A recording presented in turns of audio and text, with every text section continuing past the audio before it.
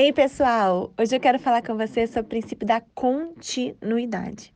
Gente, esse princípio fala que a atividade da administração pública, né, que os serviços públicos, que a função administrativa não pode parar. Tem que ser contínua e não pode sofrer interrupções, né? Haja vista essa necessidade permanente de manter a atividade pública funcionando em prol do interesse público. Só que existem algumas situações previstas em lei que são exceções a esse princípio. Situações nas quais vai haver uma paralisação temporária na prestação do serviço. Quais são essas situações, prof? E é isso que cai na sua prova. Primeira situação, gente, paralisação da prestação do serviço por questões de ordem técnica ou segurança das instalações. Por exemplo, uma empresa pública não distribui energia elétrica durante um período, porque é necessário realizar um reparo na rede. Aí você vai receber na sua casa, né, uma cartinha falando, olha, no dia tal, de tal hora até tal hora, não vai haver a distribuição de energia, né? O serviço de energia não vai estar disponível, porque está sendo feito um reparo na rede de energia elétrica. Isso pode acontecer? Sim. É uma paralisação temporária por razões de ordem técnica ou segurança das instalações. Outra situação de urgência, gente. Caiu um poste de luz na sua rua. E aí, em razão dessa queda, vai haver uma paralisação da prestação dos serviços de energia, em razão da queda do poste de luz. Beleza? Segunda situação. Terceira situação, devido à falta de pagamento pelo usuário no caso da prestação de serviço público. Você, todo mês, chega e recebe na sua casa uma conta de luz. Se você não pagou a conta de luz, o que vai acontecer? Gente, vai ser paralisado aquele serviço, né? Com certeza, porque não seria justo, né? Todo mundo está pagando a conta de luz e você não está pagando. Se você não está pagando, aquela empresa pública ou concessionária que presta aquele serviço, ela vai ter uma receita menor para prestar o mesmo serviço para todo mundo. Daqui a um pouco a qualidade do serviço vai diminuir, porque ela não vai ter recurso, né, para custear aquele serviço. Aí diminui a qualidade para todo mundo. Aí todo mundo seria prejudicado em razão do fato de que só você não está pagando a conta de luz. Então não é justo, né? Não é justo manter a prestação do serviço público para aquela pessoa que não está pagando. Então vai haver também a paralisação temporária da prestação do serviço se você não pagar a conta contra a prestação devida. Gente, no artigo 6º, parágrafo 3º da Lei 8987 de 95, está escrito da seguinte forma, e o que está na lei, viu, gente? A letra da lei é o que aparece na prova. Não se caracteriza como descontinuidade do serviço a sua interrupção em razão de emergência. Tem como avisar, gente, uma emergência? Olha, vai cair o poste de luz em razão da chuva amanhã. Não tem como avisar uma emergência. Então, a emergência é uma situação que não tem prévio aviso. Agora, nas outras duas hipóteses, sim, existe prévio aviso. Você, por exemplo, vai receber uma cartinha na sua casa falando que no dia tal vai haver uma manutenção da rede de energia elétrica, igual eu dei aquele exemplo para vocês.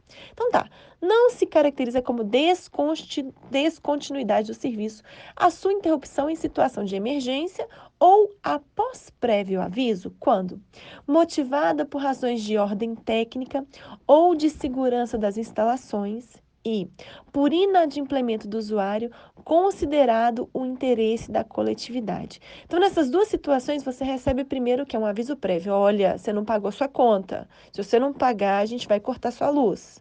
Ou então, olha, vai ser feito um reparo na rede de energia elétrica no dia tal, correto? Mediante, então, prévio aviso nessas duas situações. Ok? Então, nessas três situações, né? Emergência e razões de ordem técnica, segurança das instalações ou inadimplemento, há o que? Uma interrupção, uma paralisação temporária da prestação do serviço. Lembrando que tanto na situação em que há um reparo de ordem técnica ou de segurança das instalações, quanto na situação de inadimplemento do usuário, o usuário, o cidadão, recebe um prévio aviso. Só não tem como receber prévio aviso na situação de emergência. Agora, pontos importantes sobre isso, gente. Em se tratando de serviços que afetam diretamente o interesse da coletividade, a interrupção do serviço por inadimplemento do usuário é inviável. Tipo assim, a concessionária ela não pode interromper a prestação de um serviço hospitalar. Né? Uma concessionária, uma empresa pública que presta serviço de iluminação, não pode interromper, né, a prestação desse serviço para um hospital, mesmo que o hospital esteja inadimplente, mesmo que o hospital não esteja pagando a conta de luz. Por quê? Porque aquela atividade que o hospital realiza, né, ligada à saúde, está ligada diretamente ao interesse da coletividade. Então, nessa situação, a interrupção do serviço por inadimplemento do usuário, né, no caso do hospital aí, que é o exemplo que eu dei, é inviável. Além disso, gente, o STJ entende que a inadimplência que justifica a interrupção da prestação de serviço é a de débitos referentes à conta atual de consumo e não de débitos pretéritos, né, como de outras contas do antigo morador. Vamos dizer que você aí alugou um apartamento. Você alugou um apartamento e o antigo morador não estava pagando a conta de luz. Você vai responder pelas contas que o antigo morador não estava pagando? Não. Né? A empresa pública ou a concessionária que presta esse serviço de iluminação, ela vai poder cortar a sua luz? Não, ué. Não. Você responde pelos débitos referentes ao quê? A conta atual de consumo e não débitos pretéritos de outras contas de outra pessoa. Correto? Beleza. Aí surge uma grande polêmica que envolve as provas de concurso público. Professora, se a administração pública tem que prestar suas atividades continuamente, o servidor público tem direito de greve? Gente, ponto importante, o servidor público civil, ele tem direito de greve. O servidor público militar não tem direito de greve e nem de sindicalização, beleza? Ok, mas o servidor público civil tem direito de greve que está previsto o quê? Na Constituição. Na Constituição está previsto o direito de greve do servidor civil, sim. Só que, gente, essa norma constitucional, esse artigo constitucional é uma norma de eficácia limitada. Macete para vocês, quando vocês escutam norma de eficácia limitada, o L de limitada é L de lei. Norma de eficácia limitada é aquela que carece de uma lei infraconstitucional, que vai estabelecer como que aquele direito vai ser desempenhado, né? Em quais situações, vai estabelecer limites àquele direito ali de greve e como que ele vai ser exercido. Só que essa lei específica não foi editada. Até o momento, não existe uma lei que regulamenta o direito de greve do servidor público civil. Nesse sentido, gente, haja vista que o direito de greve é uma norma de eficácia limitada, né? O exercício desse direito, que depende de uma lei que até hoje não foi elaborada, em razão dessa omissão legislativa, né? Não foi elaborada essa lei ainda, o STF estabeleceu que o servidor público pode exercer o direito de greve nos termos da Lei Geral de Greve, inclusive servidor que está no estágio probatório.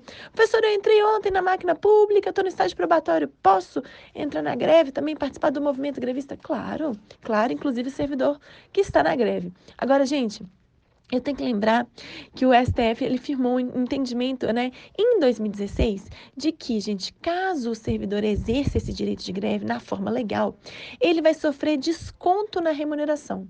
Sua remuneração vai ser descontada. Tipo assim, o corte na remuneração vai se justificar em razão do fato de que o ônus da greve deve ser suportado não só pela administração, como pelo servidor público, né? Uma vez que o quê? Se o servidor continuasse recebendo, mesmo estando em greve, né, gente, ele ia ter um incentivo para ficar na greve.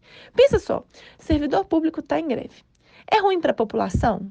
É ruim, porque fica sem aquela mão de obra ali para trabalhar em prol do interesse público. É ruim para a população. É ruim para o Estado? É ruim, porque ele também fica sem aquela mão de obra trabalhando para o governo. É ruim para o Estado. E tem que ser ruim para o servidor também. O ônus, né, os prejuízos da greve, tem que ser repartidos frente a todos. Inclusive para o servidor também tem que doer no bolso dele, tem que doer no bolso dele também, sim. Então, gente, é admitido o corte na remuneração. Olha só, nesses termos do STF, analisando o recurso extraordinário 693456, decidiu que a administração pública deve proceder ao desconto dos dias de paralisação decorrentes do exercício do direito de greve pelos servidores públicos, em virtude da suspensão do vínculo funcional que dela decorre, permitida a compensação em caso de acordo. O desconto, né, gente, será, contudo, incabível se ficar demonstrado que a greve foi provocada por conduta ilícita do poder público. Se verificou que, olha, aquele servidor público ele entrou em greve, mas ele não tinha outra saída, porque o poder público cometeu uma ilegalidade. Aí, se nessa situação, o desconto vai ser incabível, o desconto da remuneração vai ser incabível. Professora, é possível, por exemplo, na minha carreira, que está entrando em greve, negociar com o Estado e falar o seguinte: olha, a gente vai entrar em greve, mas mantenha a nossa remuneração, porque depois, quando a gente voltar da greve, a gente compensa os dias parados. É possível para fazer essa negociação? É possível essa negociação, beleza? Lembre-se disso. Agora, um ponto importante: se a greve foi ensejada em razão de uma medida ilegal tomada pela administração, a remuneração dos servidores poderá ser mantida, como eu falei com vocês, ok? Combinado? Combinado?